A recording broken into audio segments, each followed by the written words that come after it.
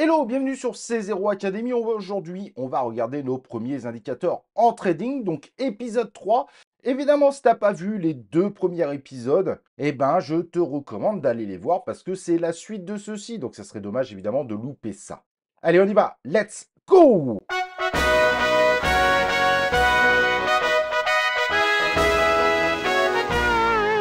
Et donc, comme je disais, aujourd'hui, on va s'attaquer aux premiers indicateurs de trading. Donc, je te recommande sur le coup d'utiliser un outil qui s'appelle TradingView, qui te propose énormément de choses et qui va pouvoir t'aider à te régaler dans l'utilisation d'un grand nombre d'indicateurs et surtout le cours de bourse, de crypto, etc., etc. Le premier indicateur qu'on va voir, il est très simple, c'est la moyenne mobile, simple, souvent appelée MMS, mais tu verras que sur TradingView, comme tu peux le voir derrière moi, on va plutôt le retrouver avec MA, moyenne mobile. C'est un indicateur qu'on va plutôt utiliser quand on est en mode jour et pas en mode heure ou minute. Et cet indicateur, chaque jour, recalcule tout simplement la moyenne des prix de l'actif sur lequel tu es. Donc là, par exemple, on est sur Bitcoin, il va calculer tout simplement la moyenne selon l'intervalle qu'on va lui donner. Et cet indicateur, du coup, nous permet de voir un petit peu les tendances. Ça paraît assez logique, même si normalement, quand vous prenez de l'expérience en trading, les tendances, vous les dessinez automatiquement dans votre tête. Donc, on va le configurer. On va mettre par exemple les 50 derniers jours,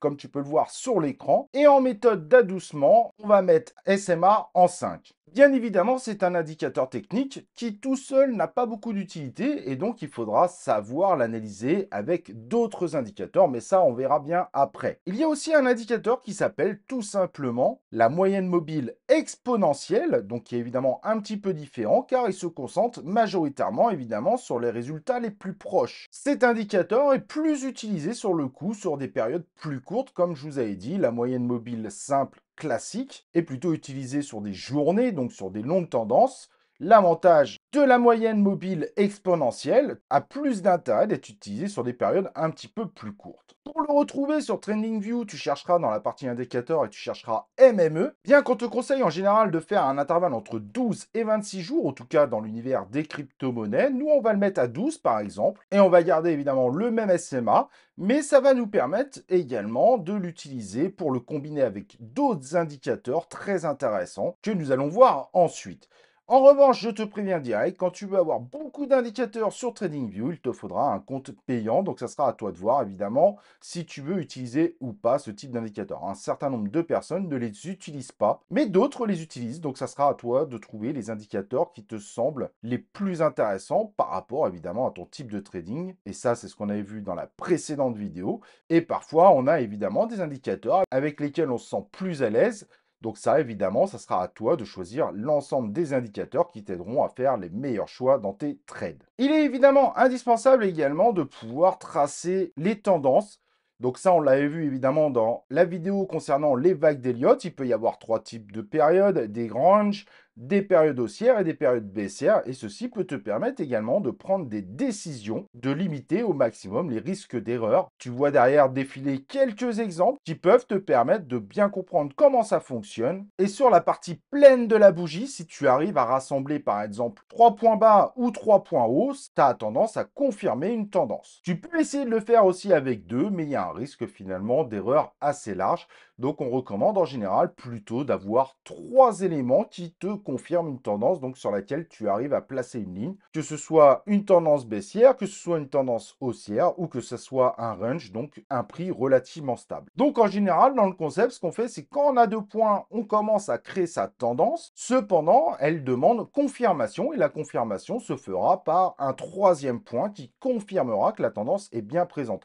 Car évidemment, avec deux points, c'est pas suffisant pour pouvoir confirmer une tendance, mais ça peut déjà nous donner une piste pour les prochains trades. Quatrième indicateur extrêmement important qui est généralement affiché par défaut, ce sont les volumes. C'est les petites barres rouges et vertes que tu vois en bas qui sont collées les unes après les autres, qui permettent aussi de savoir un petit peu le sentiment des gens. Est-ce qu'on est plutôt vers de la vente? Est-ce qu'on est plutôt vers de l'achat? Mais est-ce qu'on est aussi plutôt en baisse globale de volume, donc un désintérêt indirectement? Une baisse de volume constante, en général, a plutôt tendance à montrer qu'on va risquer de partir sur une baisse un peu plus forte dans le futur. Comme une hausse constante des volumes pourrait aussi indiquer qu'il risque d'y avoir une petite hausse intéressante dans un futur proche. selon évidemment les intervalles que tu as choisis pour tes bougies. Quand la barre est rouge, c'est que le prix a baissé, pendant cet intervalle de temps, et quand c'est vert, c'est que le prix a monté pendant cet intervalle de temps. Même si on voit évidemment la même chose en termes de bougies, certains s'y retrouvent mieux en voyant directement en fait les ventes et les achats directement dans cette partie dédiée au volume. Il faut savoir que par exemple, quand on est en mode jour, on sait qu'un certain enchaînement de bougies associées potentiellement à des mouvements qu'on peut voir nous donne une plus grosse certitude du fait que le token va monter ou va descendre. Le tout en trading, c'est de trouver la meilleure proba possible, sachant qu'on n'a pas de boule de cristal. C'est juste pour limiter au maximum les risques, même s'il y aura toujours un risque d'erreur. C'est ça le problème du trading.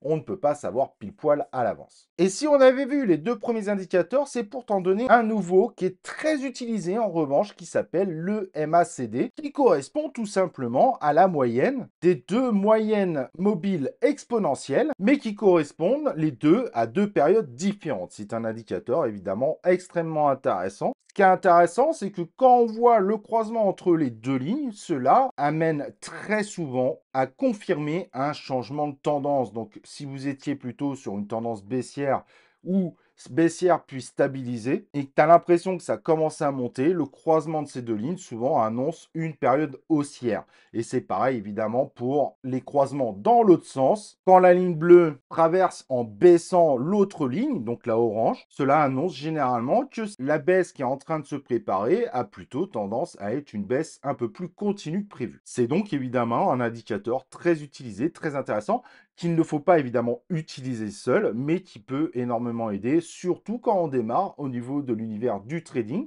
Et ensuite, à force de l'utiliser, de comparer un petit peu, de voir les erreurs que tu as pu faire, ceci va te permettre tout simplement de gérer de mieux en mieux tes éventuels scalpings si tu es sur des très courtes périodes. C'est un indicateur qui est très intéressant, d'ailleurs pour faire du scalping, donc du trading très court terme. Autre indicateur extrêmement intéressant et sur le coup très utilisé, les bandes de Bollinger que tu retrouveras avec BB comme code dans les indicateurs TradingView, qui est représenté par trois courbes de trois couleurs différentes, une qui est au-dessus, une qui est en dessous et une au milieu. Et comme tu peux le constater sur le schéma, cet indicateur est extrêmement intéressant parce qu'on voit bien qu'au moment où on commence vraiment à toucher la ligne bleue du bas, on a tendance vraiment à partir sur du baissier. Et quand ça commence à gratter en termes de bougie la bande supérieure, il y a souvent une petite hausse qui s'enclenche à ce moment-là. La bande du milieu est également intéressante parce que parfois, nos bougies ont tendance à rebondir dessus. Et donc ça, sur du trading très court terme, c'est extrêmement intéressant parce que ça va rebondir. Mais généralement, si la bougie la traverse intégralement et de façon assez rapide,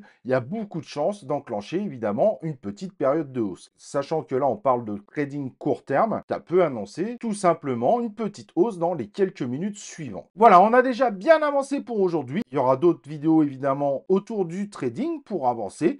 Et évidemment, on va commencer à voir comment mixer les indicateurs entre eux au fur et à mesure de ces vidéos. J'espère évidemment que le sujet t'a plu. J'espère évidemment que tu as liké la vidéo, que tu es abonné sur C0 Academy et surtout que tu as activé les cloches de notification pour recevoir les notifications de nos prochaines vidéos pour ne louper aucune vidéo de C0 Academy. Voilà, gros bisous à toi, bonne fin d'année et on se retrouve pour une prochaine vidéo de C0 Academy.